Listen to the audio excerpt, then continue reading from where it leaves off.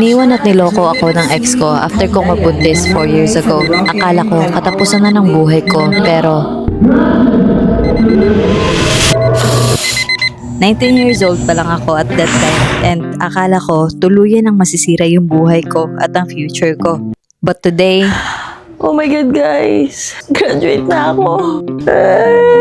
Morning. Graduate na ako. Ako pod makagraduate pod ako team sa eskwelahan. Love you. Let's go na. What? Let's go na. Okay. Malate na ako. Oh.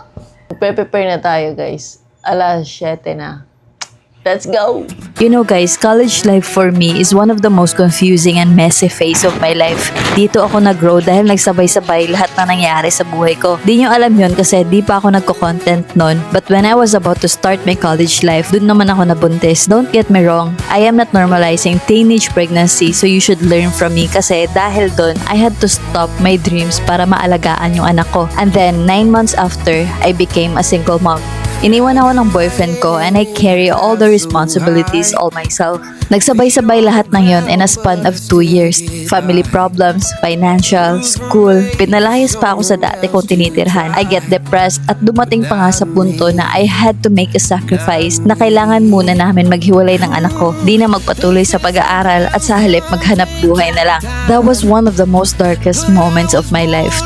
And akala ko hindi na ako makakalabas doon. I was so young back then and wala din ako masisisi kasi lahat ng yon dahil sa mga maling desisyon na nagawa ko dati. So what I did, I stepped up and naging responsable sa mga nagawa ko. Fast forward today. Current happening. Nagtatahian sa graduation day.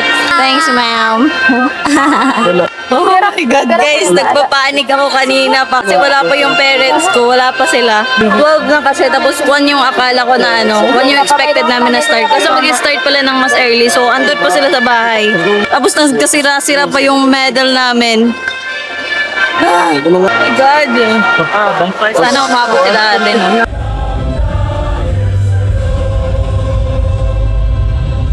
Sa isang pahina ng buhay ko, naranasan ko rin kung paano maging estudyante. Hindi lang sa paaralan, kundi pati na rin sa sarili ko at dito sa mundo. Katulad mo, akala ko rin noon, hindi ko maaabot kung nasan man ako ngayon. Ilang beses ako nagtanong sa sarili ko, ilang beses ako nagduda, ilang beses ko naisip kung mas madali bang sumuko na lang. Maraming luha, maraming stress, maraming takot sa mga posibleng mangyari kung magpapatuloy pa ba ako. Pero tama ka sa desisyon na pinili mong hawakan ang lubid kahit masakit na, kahit pagod na pagod ka na, kahit pakiramdam mo ay wala nang natitira. Dahil ngayon, graduate ka na. At habang nakasuot ka ng toga, tandaan mo na hindi lang diploma ang dala mo. Dala mo rin ang lahat ng laban, sakripisyo, at panahong pinili mong magpatuloy kahit gusto mo nang huminto.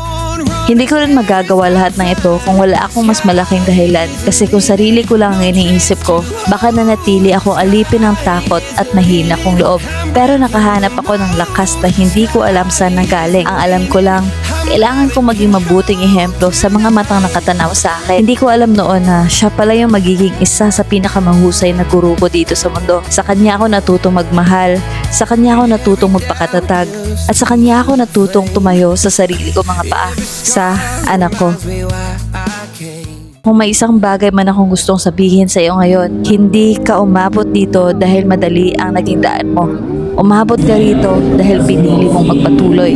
Yon ang pinakamalaking tagumpay na nakamit mo dito sa mundo. Guys, graduate na ako!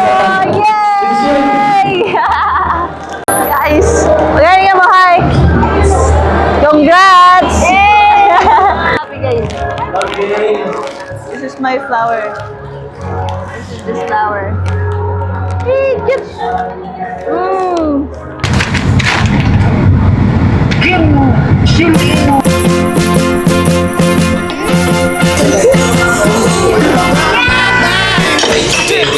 Hindi ka siya ba?